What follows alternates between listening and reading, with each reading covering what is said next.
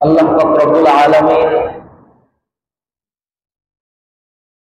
পবিত্র কালামুল্লাহ শরীফের ভিতরে জানিয়ে দিয়েছেন, ফাসাল্লি লিরাব্বিকা ওয়ানহার। আমার আপনার নবী আখিরি পয়গম্বর জনাব মুহাম্মদুর রাসূলুল্লাহ সাল্লাল্লাহু আলাইহি ওয়াসাল্লামকে জানিয়ে দিয়েছেন, আপনি আপনার রবের নামে কুরবানি করুন। কুরবানি এটা ইসলামের বড় একটা বিধান। যাদের সামর্থ্য আছে তারা যাতে করে অবশ্যই কুরবানি করে। কুরবানি করার ব্যাপারে আমরা আরেকটা জিনিস সবাই লক্ষ্য রাখবো। আল্লাহ তাআলা পবিত্র কালামুল্লাহ শরীফে আমাদেরকে শিখিয়ে দিয়েছেন, কুল ইন্না সলাতি ওয়া নুসুকি ওয়া মাহইয়ায়া ওয়া মামাতি লিল্লাহি রাব্বিল আলামিন।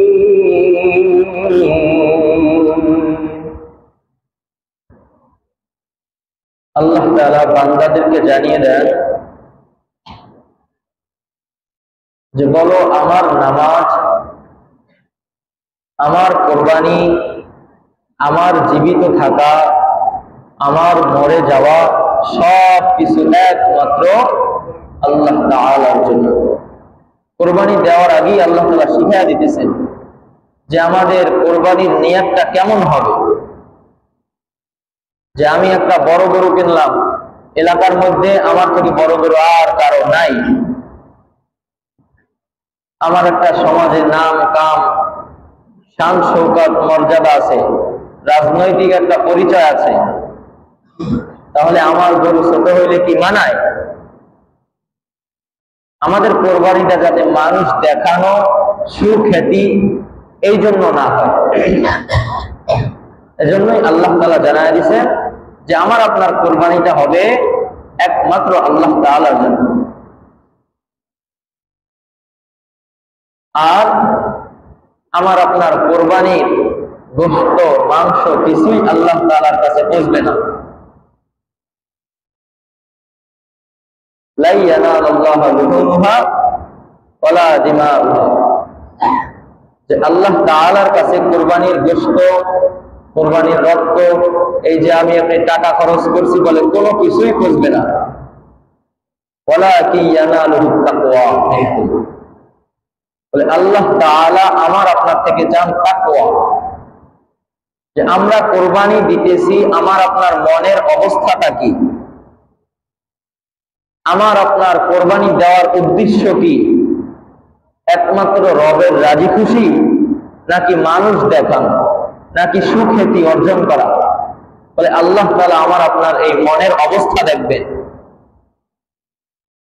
আর বাকি গোশত, মাংস বলে সব কিছু আমি আপনি খাবো। বলে নাই যে কোরবানি দিয়া সব কিছু গরিবের মাঝে বিলায়া দাও।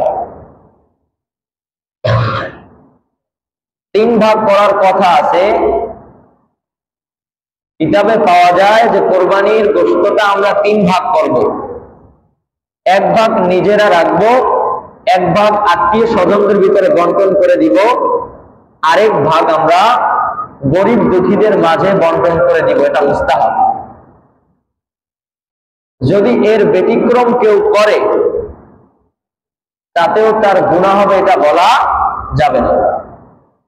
তবে নিয়ম এইটা, আমি কোরবানি দিলাম, আমার বাড়ির পাশে আমার আত্মীয় স্বজন কোরবানি দিতে পারে নাই, আমি গোশত খাইলাম, ফ্রিজে ভরে রাখলাম, সে আমাদের দিকে তাকায় রইল, বিষয়টা ভালো দেখায় না। আমাদের আশেপাশে অনেক গরিব দুঃখী আছে যারা কোরবানি দিতে পারে না, কোরবানি দেওয়ার সামর্থ্য নাই। তাদের কাছে যদি আমরা একটু কোরবানির গোশত না পাঠাই, হয়তো তারা সেই দিন গোশত খাওয়ার মতো অবস্থা থাকবে না। এজন্য গরিব দুঃখীদের দিকেও লক্ষ্য রাখা। এখানে একটা জিনিস লক্ষ্য রাখা, আমাদের সমাজে যারা প্রকৃত গরিব তারা দেখবেন মানুষের বাড়িতেও যায় না, তারা গোশত আনার জন্য মানুষের বাড়িতেও যায় না। আর যাদের মোটামুটি সামর্থ্য আছে তারা দেখবেন প্রত্যেক বাড়িতেই গোশতের জন্য যাইতেছে। এজন্য আমাদের এটাও লক্ষ্য রাখা যে আমার পাড়া প্রতিবেশী, আমার পরিচিতর মধ্যে যারা আছে যে মানুষের বাড়িতে বাড়িতে গোশতের জন্য যায় না, অন্তত তাদের বাড়িতে যাতে আমরা অল্প হলেও পৌঁছায় দিতে পারি।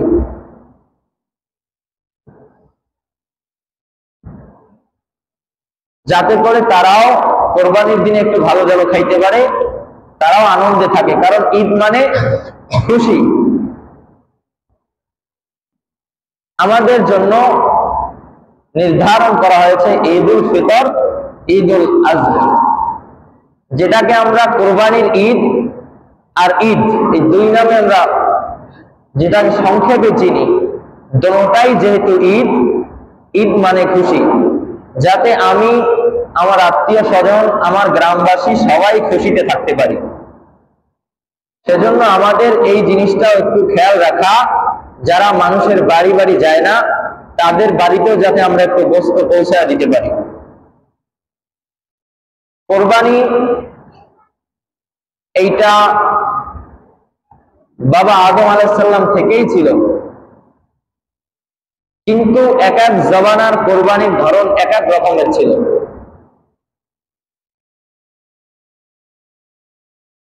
সাইয়েদনা হযরতে আদম আলাইহিস সালামের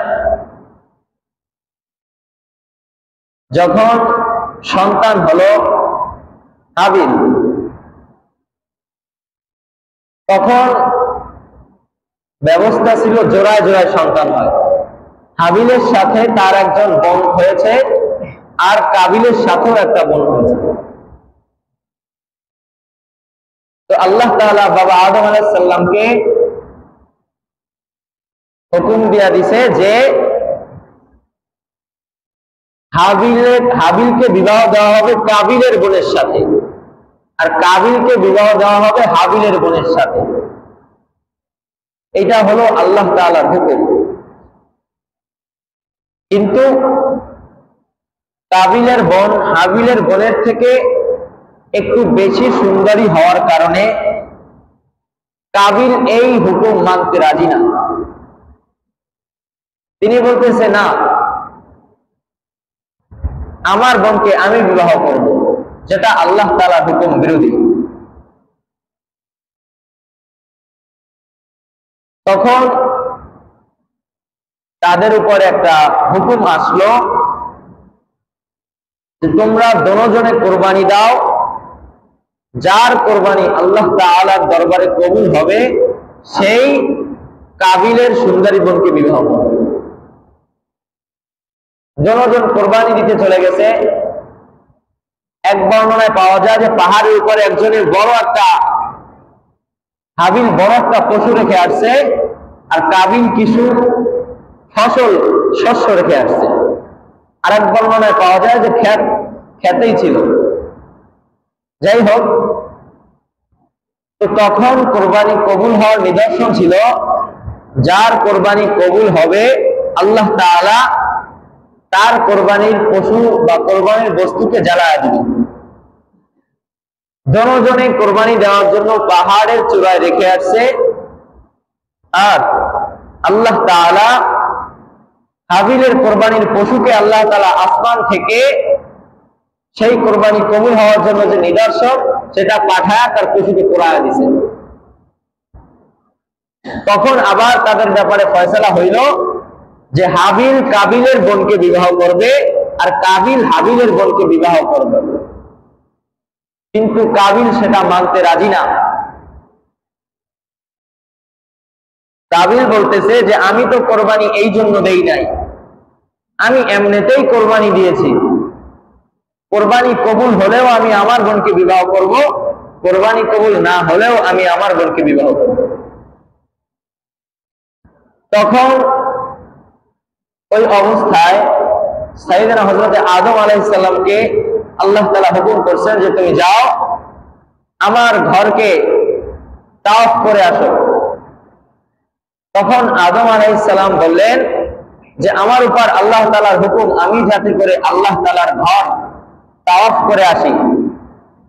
আমি আসার পরে তোমাদের ব্যাপারে সিদ্ধান্ত হবে যে কে কাবিলের বোনকে বিবাহ করবে। এর মধ্যে কাবিল মনে মনে হিসাব করতেছে,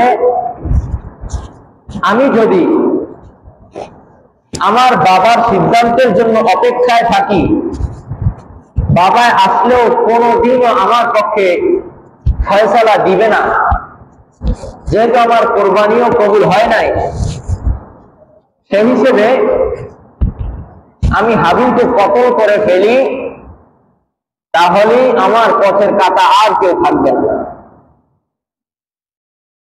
কাবিল যখন হাবিলকে কতল করতে আসে, তখন হাবিল জবাব দিতেছে যে ভাই, তুমি আমার দিকে আমাকে হত্যা করার জন্য হাত বাড়ায় দিলেও তুমি আমার ভাই, আমি তোমাকে হত্যা করার জন্য অগ্রসর হব না। অতঃপর কাবিল হাবিলকে হত্যা করে ফেলল। আর এটাই পৃথিবীর প্রথম অন্যায়, এখান থেকেই শুরু হয়ে গেছে। সেই আদম আলাইহিস সালামের জমানা থেকেও কোরবানি ছিল, এক এক সময় ধরন ছিল এক এক রকমের। আর আমাদের কোরবানির ব্যাপারে বলা হয়েছে মিল্লাতা আবিকুম ইব্রাহিমা আলাইহিস সালাম, যে আমরা ইব্রাহিম আলাইহিস সালামের সুন্নাতকে অনুসরণ করে আমরা কোরবানি করি, ইব্রাহিম আলাইহিস সালামের নিয়ম। তখন অন্যান্য নবীদের জমানায় কোরবানি কবুল হওয়ার জন্য এক এক রকমের নিদর্শন ছিল। আদম আলাইহিস সালামের জমানায় আসমান থেকে একটা কিছু এসে ওই ফসলটাকে, পশুটাকে জ্বালায় দিত, তাহলে বুঝতো যে তার কোরবানি কবুল হয়েছে। কিন্তু আমাদের ব্যাপারে এত পরীক্ষা আমাদেরকে ফালায় নাই, যে ওরকম ভাবে কোরবানি সবাই করলাম, একজনের কোরবানির পশু জ্বালায় দেওয়া হয় নাই, তো সবাই তাকে চিনবে, সমাজে চিহ্নিত হয়ে যাবে যে সে পাপী, তারে আল্লাহ পছন্দ করে না, তার কোরবানিকে আল্লাহ তাআলা কবুল করে নাই।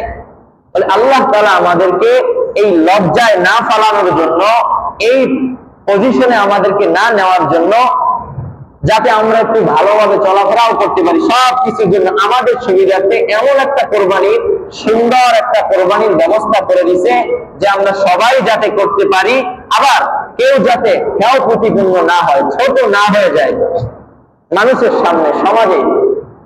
সেরকম একটা সুন্দর ব্যবস্থা আমাদের জন্য আল্লাহ তাআলা রাখছেন। সেই সাইয়েদনা হযরত ইব্রাহিম আলাইহিস সালামের জন্য যে কোরবানির বিধান ছিল, যে তার প্রিয় পুত্রকে কোরবানি করতে হবে, সেইটাও বিধান আমাদের জন্য জারি রাখে নাই। আমাদের জন্য আমরা যেটা পারবো, সহজ হবে আমাদের জন্য, সেই রকম একটা বিধান আল্লাহ তাআলা আমাদের জন্য রেখে দিয়েছেন, সুবহানাল্লাহ। যাতে আমরা সবাই এই কোরবানিতে, এই সওয়াবের কাজে অংশগ্রহণ করতে পারি।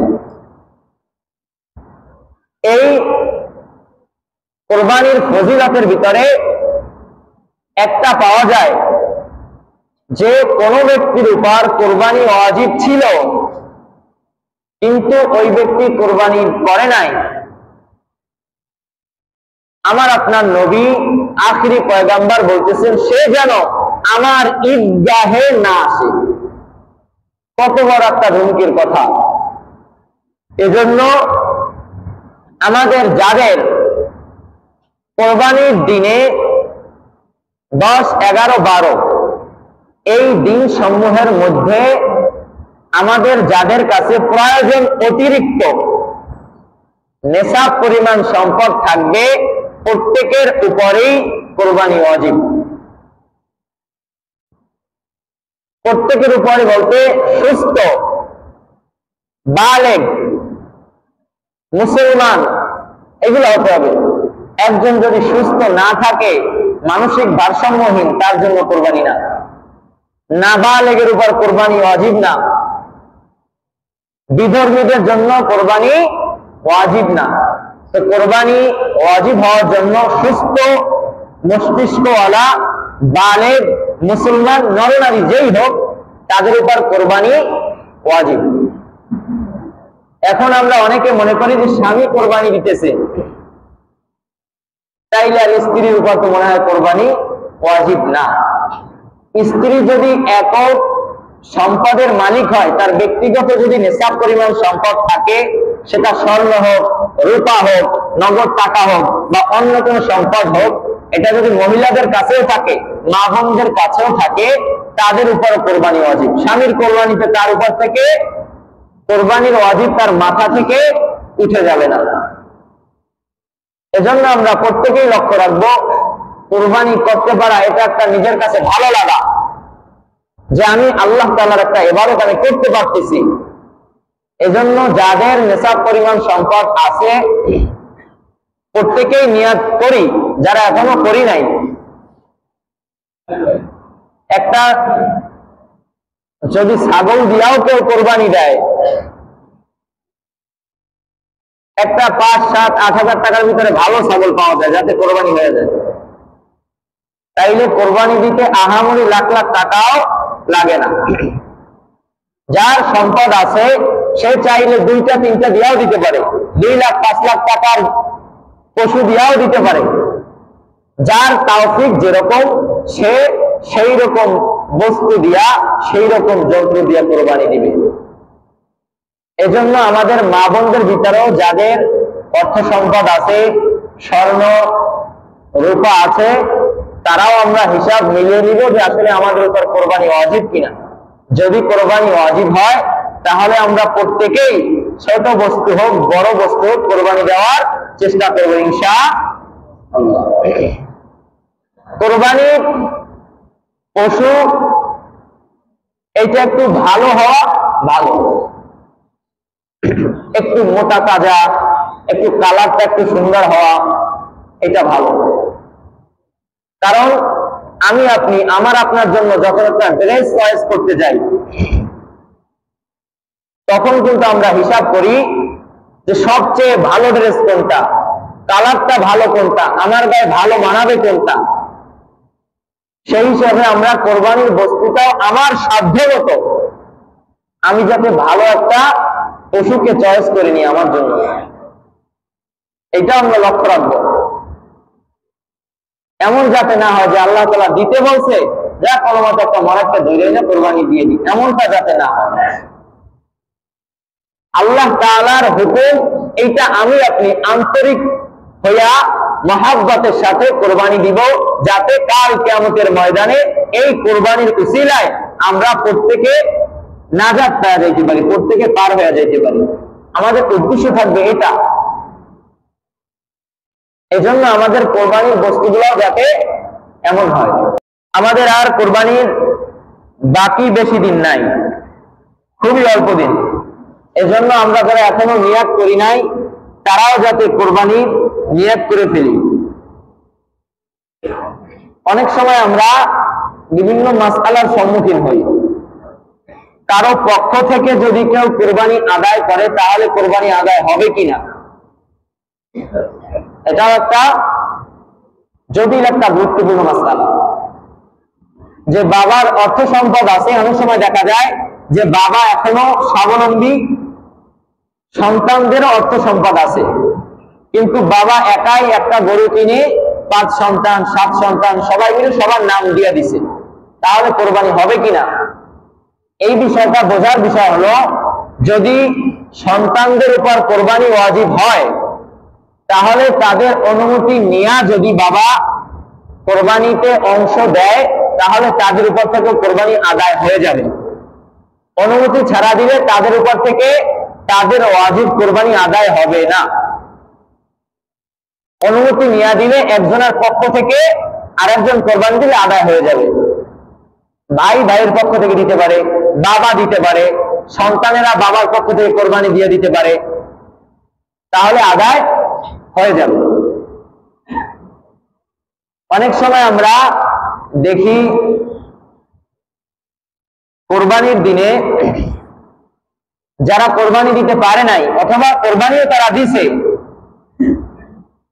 সেই দিন যেই জন্তু দ্বারা কোরবানি জায়েজ নাই, বৈধ নয়, সেই জিনিস জবাই করতে পারবে কিনা এই বিষয় নিয়ে তারা একটু অনেকেই বিভিন্ন সন্দেহের ভিতরে ভোগে। কোরবানি দিতে পারবো আমরা গরু, মহিষ, উট, ছাগল, দুম্বা, ভেড়া ইত্যাদি জাতীয় পশুদের আমরা কোরবানি দিতে পারবো। ছাগল, ভেড়া, দুম্বা এগুলায় কোরবানি একজনেই দিতে পারবে।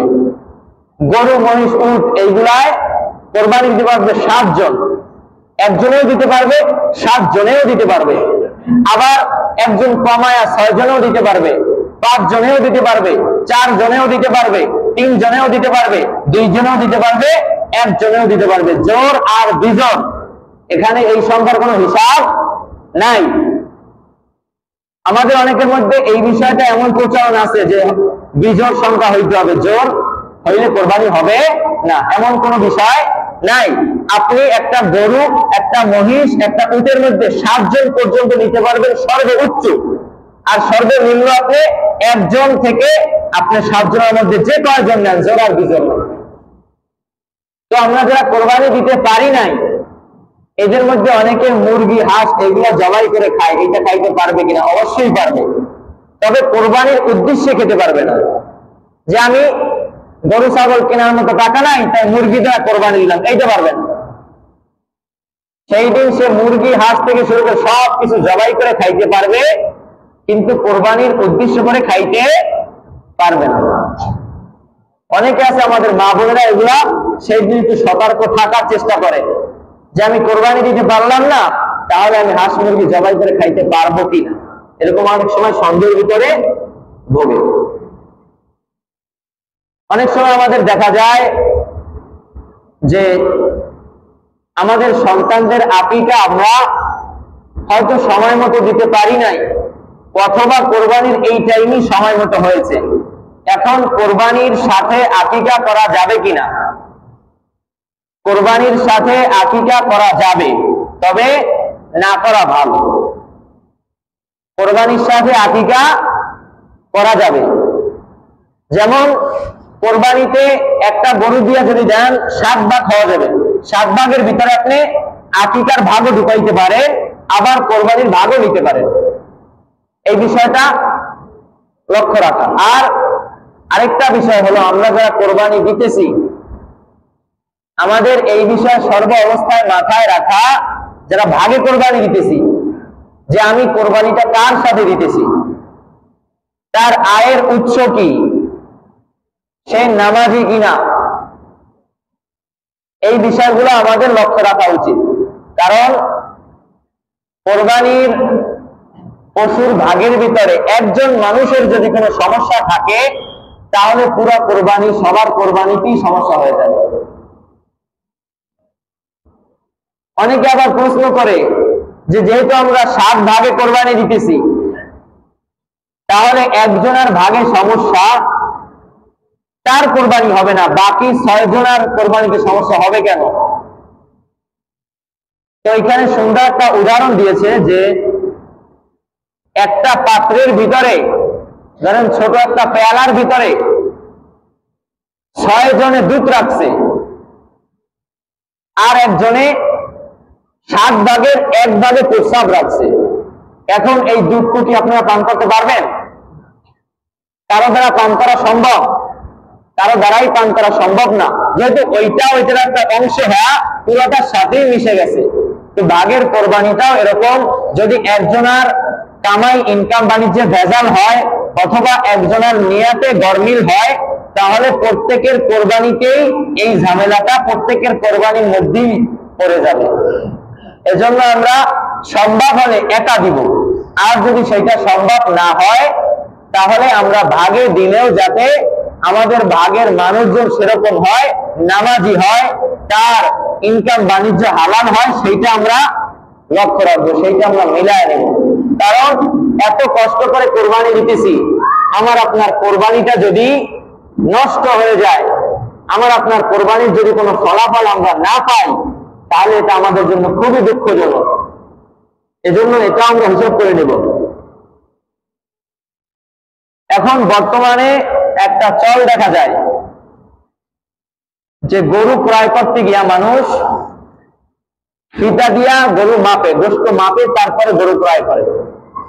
এইটা ক্রয় করা যাবে কিনা? এইখানে দুইটা অবস্থা আছে। একটা অবস্থা হলো যে গরুটা ওই ফিতা দিয়া 100-100 হয় না, একটু এলোমেলো হয়। ফিতা দিয়া মাপার পরে যদি এই নিয়াতে মাপে, এই উদ্দেশ্যে যে যতটুকু গোস্ত হবে আমি সেই পরিমাণ টাকাই দিব, তার 1 টাকাও বেশি দিব না, 1 টাকাও কম দিব না, তাহলে আমি গরু ক্রয় করব। এইরকম যদি উদ্দেশ্য থাকে তাহলে তাদের কোরবানি বৈধ হবে না। কারণ যেহেতু আপনি একুরেট মাপতে পারতেছেন না, একটু না একটু কম বেশি হবেই, তাহলে আপনি সেই অনুযায়ী একুরেট গোস্তের হিসাবে যদি আপনি মূল্য ক্রয় করেন তাহলে সেইটা কখনো একুরেট হবে না, সেই হিসাবে এটা বৈধ নেই। যদি কেউ এই হিসাবে ক্রয় করে যে গরুর দামের প্রতি, মূল্যের প্রতি তার তেমন একটা আন্দাজ নাই, অনুমান নাই, ফিতা দিয়া একটা আনুমানিক একটা মেপে নেয় যে এইটার এই পরিমাণ গোস্ত হইতে পারে, তাহলে এইটার মূল্য কিরকম হইতে পারে, তার আশেপাশের মূল্যতেই আমি কিনবো, যাতে আমি বেশি না ঠকে যাই, যাতে আমাকে বেশি না ঠকাইতে পারে। সতর্কতামূলক যদি এমন হয় যে মাপলাম আমি একটা, এটা কত টাকা হইতে পারে একটা ধারণার জন্য, আমি সেই ধারণা অনুযায়ী আমি আশেপাশে কম বেশি দাম করে কিনবো, যাতে আমি বেশি না ঠকি, এইরকম যদি উদ্দেশ্য হয় তাহলে সেই গরু মেপেও কেনা জায়েজ আছে। আর যদি গোস্তের পরিমাণ যেটা আমি সেই মূল্যই দিব, 1 টাকাও বাড়ায় দিব না, 1 টাকাও কমায় দিব না, সেই রকম গোস্ত লাইটা ক্রয় করলে সেইটা বৈধ হবে না। এই বিষয়টা আমাদের মাথায় রাখা, কারণ এখন এটা আমাদের মধ্যে চল হয়ে গেছে যে একটু গরুটা মাপে, তারপরে অনুমান করে, তারপরে দাম বলে। এইটা মানুষ গোস্তের দাম বলে না। স্বাভাবিক যে মাপার পরে যে এটার কি পরিমাণ দাম হইতে পারে, কত দাম দিলে বেশি একটা ঠকবো না বা আমার থেকে বেশি মূল্য তারা নিতে পারবে না, সেইটা মোটামুটি কাছাকাছি মূল্য করার জন্য এটা মাপে, এটা বৈধ আছে। আর কোরবানির পশুর ভিতরে আমরা কি কি জিনিস খাইতে পারবো না, কোন কোন জিনিস আমরা ফেলে দিব। একটা হলো স্ত্রীলিঙ্গ, পুরুষ লিঙ্গ, মূত্রথলি, অন্ডকোষ, জমাট বাঁধা রক্ত। এই জমাট বাঁধা রক্ত কিন্তু শুধু বাহিরেই থাকে না, অনেক সময় গোস্ত কাটার পরেও দেখবেন ভিতরে জমাট বাঁধা মাঝে মাঝে রক্ত পাওয়া যায়, সেগুলোও খাওয়া যাবে না। পিত্তা আর হলো দমে মাসফুহ, যেই রক্তটা একদম মানে খুব গতিতে বের হয়ে যায়, সেই রক্তটাও খাওয়া যাবে না। এই জন্য এগুলো আমাদের লক্ষ্য রাখা। আর দেখা যায় অনেক সময় কোরবানির চামড়া আমরা এগুলা গরিব দুঃখী এতিমদেরকে লিল্লা বনিয়ে দিয়ে থাকি, যদি আমরা, অথবা অনেক সময় দেখা যায় আমরা ব্যবসায়ীদের কাছে বিক্রিও করে দিই। যদি কোরবানির কোনো বস্তু আমরা বিক্রি করি সেই টাকা আমরা খেতে পারবো না। যেমন এই চামড়াটা যদি আমরা বিক্রি করে দেই, সেই টাকাটা গরিব দুঃখী এতিমখানায়, লিল্লা বোর্ডিং এ এইগুলাই দান করে দেবে, এই টাকাটা আমরা খেতে পারবো। আর যদি কেউ চায় যে চামড়া আমরা খেয়ে ফেলবো, তাহলে খাইতে পারবে, কিন্তু বিক্রি করলে সেই টাকা নিজে ব্যবহার করতে পারবে না। আরেকটা বিষয় অনেক সময় দেখা যায় যে আমরা কোরবানি দেওয়ার সময় আমরা কিছু মানুষ নিয়ে থাকি সাহায্যের জন্য, যে আমি নিজে একা মানুষ পারবো না, অথবা আমি গোস্ত কাটায়, আমি গরু খালানে আমি অত একটা অভিজ্ঞও না, এজন্য আমরা 2-1 জন মানুষ নিয়ে থাকি। তো এই মানুষ সারাদিন কাজ করে আপনার গরুটা সুন্দর করে কাইটা, তারপরে ছোট ছোট করে খাওয়ার উপযোগী করে দেওয়া যায়। তখন আমরা অনেক সময় দেখি তার 5 কেজি 10 কেজি করে গোস্ত দিয়ে দিই, হয় না? অনেক সময় 5 কেজি 10 কেজি করে গোস্ত দিয়ে দিই, তারা আর কোনো পারিশ্রমিক দিনা। এইটা বৈধ নয়, এইটা বৈধ নয়। গোস্ত যদি আপনি তাকে দিতে চান, আপনি তাকে ফ্রি সাবিলিল্লাহ তাকে দিতে পারবেন, কিন্তু আপনি যে তার থেকে উপকার নিয়েছেন এই জন্য তাকে আলাদা অ্যামাউন্ট দিতে হবে। গোস্ত দিয়ে অ্যামাউন্ট দিতে পারবেন না, গোস্ত দিয়ে কি অ্যামাউন্ট দেওয়া যাবে না। গোস্ত আপনি তাকে ফ্রি 10 কেজি না, আপনি পুরো গরুও দিয়ে দিতে পারবেন, সেটা ফ্রি হতে হবে, সেইটা তার কাজের মূল্যের পরিমাণে, মূল্যের বিপরীতে মূল্য হিসাবে দিতে পারবেন। এই জিনিসটা আমাদের লক্ষ্য রাখতে হবে। এটা আমরা অনেকেই ভুলগুলা করি, হিসাব করি যে সে আমার সাথে একটু কাজ করছে, তাহলে একটু গোস্তটা তারে বাড়ায় দিয়ে দিই, হয়তো সেও কিছু বলে না। কিন্তু এটা আমাদের বুঝতে হবে যে কোরবানির কোনো জিনিস পারিশ্রমিক হিসাবে দেওয়া যায় না। আর কোরবানির বস্তু নিজেরটা নিজে কোরবানি করা উত্তম, যদি সম্ভব হয়। অনেকে আছে সাহস করে না, বা বিভিন্ন দোয়া আছে সেগুলোও করে না, সেটা আলাদা বিষয়। যদি সম্ভব হয় তাহলে নিজেদেরটা নিজেরা দেওয়া উত্তম। আর যদি না পারে তখন অন্য কারো দ্বারা ব্যবস্থা করা, তাতে কোরবানির কোনো সমস্যা নাই। উত্তম অনুত্তম এটাই বিষয়, তাছাড়া আর কোনো সমস্যা নাই। আর আমাদের যারা কোরবানি নিয়ত করেছি, গরু ক্রয় ছাগল ক্রয় করেছি, তারা তো আলহামদুলিল্লাহ করেই ফেলেছি। যারা এখনো নিয়ত করি নাই, অথবা সম্পদ ঠিকই আছে কিন্তু এখনো দিব না এরকম সন্দেহের ভিতরে ভুগতেছি, তারা আমরা প্রত্যেকেই নিয়ত করে ফেলি, যাদের নেশাব পরিমাণ সম্পদ আছে অবশ্যই কোরবানি করব, তাতে যা হোক। কারণ সওয়াব তো আল্লাহ তাআলা থেকেই পাবো, এই জিনিসটা আমরা লক্ষ্য রাখবো ইনশাআল্লাহ।